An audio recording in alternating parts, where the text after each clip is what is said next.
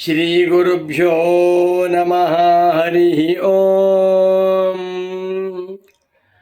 ವಕ್ರತುಂಡ ಮಹಾಕಾಯ ಕೋಟಿ ಸೂರ್ಯ ಸಮಪ್ರಭ ನಿರ್ವಿಘ್ನಂ ಕುರು ಮೇ ದೇವ ಸರ್ವಕಾರ್ಯೇಷು ಸರ್ವದಾ.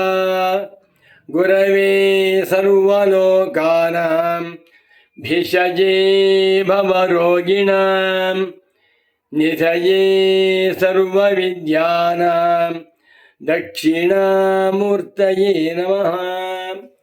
ನಮಃ ಶ್ರೀ ಶಂಕರಾಚಾರ್ಯ ಗುರುರಾಜಾಯ ತೇಜಸೇ ಅದ್ವೈತಾನಂದ ತೃಪ್ತಾಯ ಬ್ರಹ್ಮನಿಷ್ಠಾಯ ತೇಜಸೇ ನಮೋ ನಮಃ ಶಂಕರ ಪಾದುಕಾಭ್ಯಾಂ. ಶಂಕರ ಭಾನು ಚಾನಲ್ ವೀಕ್ಷಕರಾದ ತಮ್ಮೆಲ್ಲರಿಗೂ ಇಂದಿನ ಕಾರ್ಯಕ್ರಮಕ್ಕೆ ಹೃತ್ಪೂರ್ವಕವಾದ ಪ್ರೇಮಪೂರ್ವಕವಾದ ಸುಸ್ವಾಗತಗಳನ್ನು ಕೋರುತ್ತಾ ಇಂದಿನ ಕಾರ್ಯಕ್ರಮವನ್ನು ಇದೀಗ ಪ್ರಾರಂಭ ಮಾಡೋಣ. ಮನುಷ್ಯರ ಜೀವನದಲ್ಲಿ ಅನೇಕ ಘಟನೆಗಳು ನಡೀತಾ ಇರುತ್ತವೆ. ಅದರ ಎರಡು ಭಾಗ ಮಾಡ್ಬೋದು. ಒಂದು ಪ್ರಿಯವಾದ ಘಟನೆ, ಮತ್ತೊಂದು ಅಪ್ರಿಯವಾದ ಘಟನೆ. ಇದನ್ನು ಜನಗಳು ಹೇಳಬೇಕೇ ಹೇಳಬಾರ್ದೆ ಅಂತ ಪ್ರಶ್ನೆ. ಒಬ್ಬ ಕವಿ ಹೇಳ್ತಾನೆ ಒಂದು ಸುಭಾಷಿತದಲ್ಲಿ, ಈ 9 ಘಟನೆಗಳನ್ನು ಮಾನವರು ಗೋಪ್ಯವಾಗಿಟ್ಟಿರಬೇಕು. ಇವುಗಳನ್ನು ಯಾವಾಗಲೂ ಎಲ್ಲರಿಗೂ ಹೇಳಬಾರದು. ಅದನ್ನು ಹೇಳ್ತಾ ಹೋದರೆ ಅದರಿಂದ ನಮಗೆ ಕೆಟ್ಟಗತಿಯಾಗಬಹುದು. ಹೇಳುವುದರಿಂದ ಅವ್ರು ಹೊಟ್ಟೆ ಬರಿಯಾಗಿ ನಮಗೆ ತೊಂದರೆನೂ ಆಗಬಹುದು ಅಂತ ಹೇಳ್ತಾನೆ. ಒಂದು ಸುಭಾಷಿತ, ಆ ಸುಭಾಷಿತ ತುಂಬ ಚೆನ್ನಾಗಿದೆ. ಈ ಸುಭಾಷಿತವನ್ನು ನನ್ನ ಪರಮ ಪೂಜ್ಯ ಸದ್ಗುರು ವರೆಣ್ಯರಾದ ಶ್ರೀ ಶ್ರೀ ಶ್ರೀ ಸಚ್ಚಿದಾನಂದೇಂದ್ರ ಸರಸ್ವತಿ ಸ್ವಾಮಿಗಳವರು ಗಟ್ಟು ಮಾಡಿಸಿದ್ದಾರೆ. ಈ 9 ನವಗೋಪ್ಯಾನಿ ಕಾರಯೇತ್, ಗೋಪ್ಯವಾಗಿಟ್ಟಿರಬೇಕು, ಇತರರಿಗೆ ತಿಳಿಸಬಾರದು ಅಂತ ಹೇಳ್ತಾನೆ ಕವಿ. ಯಾವ್ಯಾವುದು? ಆಯುರ್ವಿತ್ತಂ ಗೃಹಚ್ಛಿದ್ರಂ ಮಂತ್ರಮೌಷಧ ಸಂಗಮಂ ದಾನಂ ಮಾನಾಪಮಾನಾಶ್ಚ ನವಗೋಪ್ಯಾನಿ ಕಾರಯೇತ್. ಈ 9 ವಿಷಯಗಳನ್ನು ಗೋಪ್ಯವಾಗಿಟ್ಟಿರಬೇಕು, ಇತರರಿಗೆ ತಿಳಿಸಬಾರದು ಅಂತಾನೆ. ಯಾವ್ಯಾವುದು? ಆಯುಹು ವಿತ್ತಂ ಗೃಹಚ್ಛಿದ್ರಂ ಮಂತ್ರಾಹ ಔಷಧಂ ಸಂಗಮಂ ದಾನಂ ಮಾನಃ ಅಪಮಾನಶ್ಚ. 9 ಯಾವ್ಯಾವುದು ಅಂದರೆ, ಮೊಟ್ಟ ಮೊದಲನೇದು ಆಯುಷ್ಯ. ಇತರರಿಗೆ ನಮ್ಮ ಆಯುಷ್ಯವನ್ನು ಹೇಳಬಾರ್ದು. ಅದರಲ್ಲೂ ನಾವು ಸ್ತ್ರೀಯರನ್ನು ಎಷ್ಟು ವಯಸ್ಸು ನಿಮಗೆ ಅಂತ ಕೇಳಬಾರ್ದು. ಸ್ತ್ರೀಯರು, ಮಾತೆಯರು ಪುರುಷರ ಮುಂದೆ, ಇತರರ ಮುಂದೆ ತಮ್ಮ ಆಯುಷ್ಯವನ್ನು ಹೇಳಬಾರದು. ಒಬ್ಬರು ವಯಸ್ಸಾಗಿದೆ, ಆರೋಗ್ಯವಾಗಿದ್ದಾರೆ, ತುಂಬ ಚೆನ್ನಾಗಿದೆ, ಅವರನ್ನು ನೋಡಿದ್ರೆ 55-60 ಅಂತ ಹೇಳಬಹುದು, ಅಷ್ಟು ಆರೋಗ್ಯವಾಗಿದ್ದಾರೆ. ಅವರು ನನಗೆ ಇವಾಗ 90 ನಡೀತಾ ಇದೆ ಅಂತ ಹೇಳಬಾರ್ದು. ನಾನು 98 ವಯಸ್ಸಾಯಿತು ಅಂತ ಹೇಳಿಬಿಟ್ರೆ, ಹೌದಾ 98 ಎಷ್ಟು ಆರೋಗ್ಯವಾಗಿದ್ದೀರಾ ನೀವು ಅಂತಂದರೆ ಹೊಟ್ಟೆ ಕಿಚ್ಚು. ಆದ್ದರಿಂದ ಇತರರ ಮುಂದೆ ವಿವೇಕಿಯಾದಂಥ ಮನುಷ್ಯನು ತನ್ನ ಆಯುಷ್ಯವನ್ನು ಪ್ರಕಟ ಮಾಡಬಾರದು. ಆಯುಷ್ಯವನ್ನು ಗೋಪ್ಯವಾಗಿ ಇಟ್ಟುಕೊಂಡಿರಬೇಕು.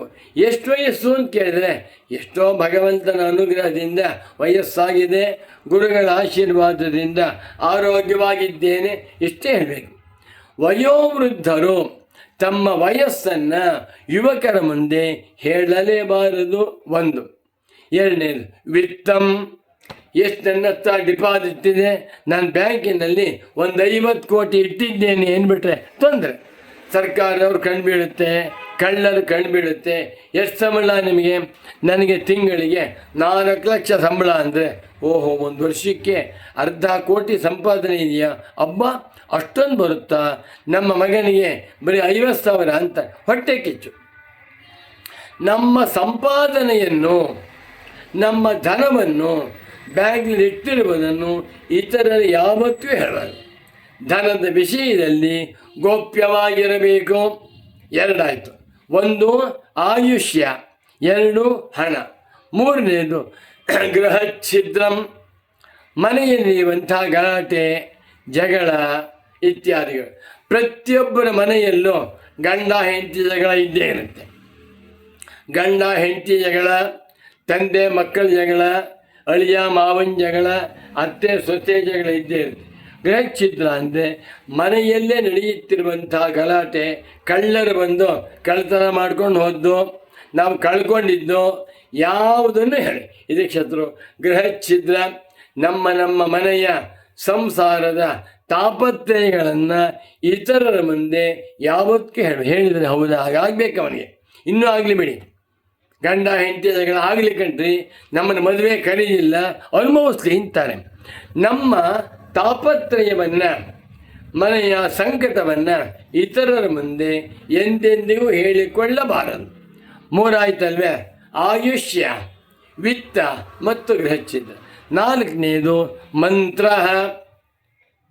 ನಾವು ಗುರುಗಳಿಂದ ಗೋಪ್ಯವಾಗಿ ಶ್ರದ್ಧೆಯಿಂದ ಮಂತ್ರ ದೀಕ್ಷೆ ಪಡೆದಿದ್ದೇವೆ, ನಮಗಿಂಥ ಮಂತ್ರ ದೀಕ್ಷೆ ಕೊಟ್ಟಿದ್ದಾರೆ ಅಂಥೇಳಿ ಅನೌನ್ಸ್ ಮಾಡೋದು. ಆ ಮಂತ್ರವನ್ನು ಗೋಪ್ಯವಾಗಿಟ್ಕೊಂಡು ಪವಿತ್ರವಾದ ಭಾವನೆಯಿಂದ ಜಪ ಮಾಡಬೇಕೇ ಹೊರತುವೆ ಪ್ರತಿ ದಿವಸ ನನಗೆ ಗುರುಗಳಿಂದ ಮಂತ್ರ ದೀಕ್ಷೆ ಕೊಟ್ಟಿದ್ದಾರೆ ಅಂತ ಅನೌನ್ಸ್ ಮಾಡೋಕ್ಕೆ ಹೋಗಬಾರ್ದು. ಅನೌನ್ಸ್ ಮಾಡುವುದ ಓಹೋ ಇಂಥ ಗುರುಗಳಿಂದ ಇವನ ಮಂತ್ರ ದೀಕ್ಷೆಯಾಗಿದೆಯಾ, ಹೌದೇ ಅಂತ ಹೊಟ್ಟೆ ಕಿಚ್ಚಿಗೆ ಅವಕಾಶವಾಗತ್ತೆ, ಹೇಳಬಾರದು. ನಾಲ್ಕಾಯಿತು ಔಷಧಂ. ನಾವೇನೋ ಗುಳಿಗೆ ನುಂಗ್ತಾ ಇರ್ತೇವೆ, ಎಂತೆಂದು 28 ರೋಗ ಇರುತ್ತೆ. ಅಯ್ಯೋ ನಾನು ಹುಷಾರಿಲ್ಲ ಕಣ್ರಿ, ದಿನಕ್ಕೆ ನಾನು 12 ಮಾತ್ರೆ ನುಂಗ್ತಾ ಇದ್ದೇನಪ್ಪ ಅಂದರೆ 14 ಮಾತ್ರೆ ನುಂಗು ಅಂತಾರೆ ಅವರು. ಜನಗಳು ಹೊಟ್ಟೆ ಕಿಚ್ಚಿನ ಸ್ವಭಾವದವರು. ಇತರರ ಮುಂದೆ ತನ್ನ ರೋಗವನ್ನಾಗಲಿ ಔಷಧ ಸೇವೆಯನ್ನಾಗಲಿ ಏನು ಆರೋಗ್ಯವಾಗಿದ್ದಾರೆ, ಫಸ್ಟ್ ಕ್ಲಾಸ್ ಆಗಿದ್ದೇನೆ 100% ಅಂದರೆ ಪರವಾಗಿಲ್ವೇ, ನಾವು ಹುಷಾರಿಲ್ಲ ಅಂದ್ಕೊಂಡ್ಬಿಟ್ಟಿದ್ದೆ, ಎಷ್ಟು ಆರೋಗ್ಯವಾಗಿದ್ದಾನೆ ಅಂತ ಮತ್ತು ನಮ್ಮನ್ನು ಕೇಳೋದೇನು. ಒಂದು ರೋಗ ನಾವು ಹೇಳ್ಕೊಂಡ್ರೆ ನನಗೆ 5 ತಿಂಗಳಿಂದ ಸೊಂಟ ನೋವು ಅಂದರೆ ಕೈ ನೋವು ಬರಲಿ ಅಂತಾರೆ. ಜನಗಳು ವಿಷಕುಂಭ ಸ್ವಭಾವದವರು. ಮೇಲೆ ಒಳ್ಳೊಳ್ಳೆ ಮಾತಾಡ್ತಾರೆ, ಒಳಗಡೆಯಲ್ಲಿ ದ್ವೇಷವನ್ನು ಕಾಡ್ತಾರೆ. ಆದ್ದರಿಂದ ಔಷಧ ಸೇವನೆಯನ್ನು ಹೇಳ. ಸಂಗಮಂ, ಪತಿ ಪತ್ನಿಯ ಸಂಗಮವನ್ನು ಇತರರು ಹೇಳ್ಕೋಬಾರದು. 7 ಆಯಿತು. ಮಾ ದಾನಂ. 5 ಆಯ್ತಲ್ವೇ, ಆಯುಹೋ, ವಿತ್ತಂ, ಗೃಹಚ್ಛಿದ್ರಂ, ಮಂತ್ರಂ, ಔಷಧ, ಸಂಗಮಂ. 6 ಆಯಿತು. ದಾನಂ, ತಾನು ಮಾಡಿದಂಥ ದಾನ. ಕಾಶಿಗೆ ಹೋಗಿದ್ದೆ, ದಂಪತಿ ಪೂಜೆ ಮಾಡಿಬಿಟ್ಟು 15 ದಂಪತಿಗಳಿಗೆ ಸೀರೆ ಪಂಚೆ ಕೊಟ್ಟು 1,000 ರೂಪಾಯಿ ದಾನ ಮಾಡಿದೆ ಅಂದುಬಿಟ್ರೆ ದಾನ ಮಾಡಿದ್ದೆಲ್ಲ ಹೋಮ. ದಾನವನ್ನು ಯಾವತ್ತೂ ಕೂಡ ಗೌಪ್ಯವಾಗಿ ಮಾಡು. ಒಂದು ಮಾತು ಹೇಳ್ತಾ ಇದ್ದು ಪೂಜ್ಯರಾದ ಸದ್ಗುರುಗಳು, ದಾನ ಮಾಡುವ ಹೇಗಿರಬೇಕು ಅಂತಂದರೆ, let your left hand not know what your right hand does. ಬಲಗೈನಿಂದ ದಾನ ಮಾಡಿದ್ದು ಎಡಗೈ ಗೊತ್ತಾಗಬಾರ್ದು. ದಾನ ಯಾವಾಗಲೂ ಗೋಪ್ಯವಾಗಿದೆ. ಎಷ್ಟು ಗೋಪ್ಯವಾಗಿ ದಾನವನ್ನು ಮಾಡುತ್ತೇವೆಯೋ ಅದು 100 ಪಟ್ಟು ಫಲವನ್ನು ಕೊಡುತ್ತೆ. ನಾ ತಿರುಪತಿ ಹುಂಡಿಗೆ 100 ರೂಪಾಯಿ ಹಾಕಿ ಬಂದೇನೆ, ಅದು ಖಾಲಿ ಆಗೋಯ್ತು. 1,000 ರೂಪಾಯಿ ಹಾಕಿ ಯಾರ ಹತ್ರ ಹೇಳಬಾರದು. ದಾನ ಮಾಡಿದ್ದನ್ನು ಪ್ರಕಟಣೆ ಮಾಡಬಾರದು. ಮಾನ ಅಪಮಾನಗಳು. ಮಾನ ಬೇಕಾದ ಪ್ರಶಸ್ತಿಗಳು ಬಂದಿವೆ, ಅದನ್ನು ಅನೌನ್ಸ್ ಮಾಡ್ತಾ ಹೋದರೆ ಹೊಟ್ಟೆ ಕಿತ್ಬಿಡ್ತಾರೆ ಜನ. ಯಾವ ಜನಗಳ ಮನಸ್ಸು ಶುದ್ಧವಾಗಿಲ್ಲ. ಇವತ್ತಿನ ಕಾಲದಲ್ಲಂತೂ ಎಲ್ಲರ ಮನಸ್ಸು ಕೂಡ ವಿಷಪೂರ್ಣವಾಗಿದೆ. ಆದ್ದರಿಂದ ತನಗಾಗಿರುವಂಥ ಸನ್ಮಾನವನ್ನು ಪ್ರಕಟಣೆ ಮಾಡದೆ ಗೋಪ್ಯವಾಗಿ ಇಟ್ಟಿರಬೇಕು. ಅಪಮಾನ, ಎಲ್ಲೋ ಅಪಮಾನವಾಯಿತು, ಅವನಲ್ಲಿ ಕೇಸ್ ಹಾಕಿದ್ದಾರೆ, ಪೊಲೀಸ್ ಸ್ಟೇಷನ್ ಹೋಗಿದ್ದ, ಜೈಲಿಗೆ ಹೋದ ಅಂತ ಇಟ್ಕೊಳ್ಳಿ, ಅದನ್ನು ಯಾರಿಗೂ ಹೇಳಬಾರ್ದು. ನಾನು 3 ದಿವಸ ಜೈಲಿನಲ್ಲಿದ್ದೆ, ಪೊಲೀಸ್ ಸ್ಟೇಷನ್ ಎಳ್ಕೊಂಡು ಹೋಗಿದ್ದು ನನ್ನ ಮೇಲೆ ನಾಳೆ ಕೇಸ್ ಇದೆ ಅಂಥೇಳಿ ತನಗಾಗಿರುವಂಥ ಅಪಮಾನಗಳನ್ನು ಬುದ್ಧಿವಂತನು ಎಲ್ಲಿಯೂ ಹೇಳಿಕೊಳ್ಳಬಾರದು.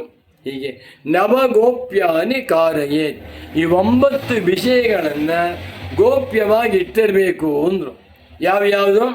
ಆಯುಹು, ವಿತ್ತಂ, ಗೃಹಚ್ಛಿದ್ರಂ, ಮಂತ್ರಂ, ಔಷಧ, ಸಂಗಮಂ, ದಾನಂ, ಮಾನ ಅಪಮಾನಶ್ಚ. ಈ 9 ವಿಷಯಗಳನ್ನು ಗೃಹಸ್ಥನು ಗೋಪ್ಯವಾಗಿಟ್ಟಿರಬೇಕು, ಯಾರಿಗೂ ಹೇಳಬಾರದು. ಜೀವನದಲ್ಲಿ ಇಂಥ ಘಟನೆಗಳು ಪ್ರತಿಯೊಬ್ಬರಿಗೂ ಬಂದೇ ಬರುತ್ತವೆ. ಅದನ್ನು ತನ್ನೊಳಗೆ ಇಟ್ಕೊಂಡು ತಾನೇ ನುಂಗಿಕೊಳ್ಳಬೇಕೇ ಹೊರತು ಇತರರೊಂದಿಗೆ ಹಂಚಿಕೊಳ್ಳಬಾರದು ಎಂಬುವಂಥ ಒಂದು ಸುಭಾಷಿತವನ್ನು ನನ್ನ ಪರಮ ಪೂಜ್ಯ ಸದ್ಗುರು ಪುಂಗವರಾದ ಸಚ್ಚಿದಾನಂದೇಂದ್ರ ಸರಸ್ವತಿ ಸ್ವಾಮೀಜಿಯವರು ಹೇಳಿದ್ದಾರೆ. ಅದರಂತೆ ನಾವುಗಳು ಗೃಹಸ್ಥರು, ಬ್ರಹ್ಮಚಾರಿಗಳು, ಸನ್ಯಾಸಿಗಳು, ವಾನಪ್ರಸ್ಥರು ಏನೇ ಆಗಿರ್ಬೋದು, ಈ 9 ವಿಷಯಗಳನ್ನು ಗೋಪ್ಯವಾಗಿಟ್ಟುಕೊಂಡು ಸಂತೋಷವಾಗಿರೋಣ ಎಂದು ತಿಳಿಸುತ್ತಾ ಇಂದಿನ ಈ ಪ್ರವಚನವನ್ನು ಇಲ್ಲಿಗೆ ಸಂಪನ್ನಗೊಳಿಸುತ್ತಿದ್ದೇನೆ. ಆಯುರ್ವಿತ್ತಂ ಗೃಹಚ್ಛಿದ್ರಂ ಮಂತ್ರಮೌಷಧ ಸಂಗಮಂ ದಾನಂ ಮಾನಾಪಮಾನಾಶ್ಚ ನವಗೋಪ್ಯಾನಿ ಕಾರಯೇತ್. ನಮೋ ನಮಃ ಸದ್ಗುರುಪಾದುಕಾಭ್ಯಾಂ. ಓಂ ಶಾಂತಿ ಶಾಂತಿ ಶಾಂತಿ.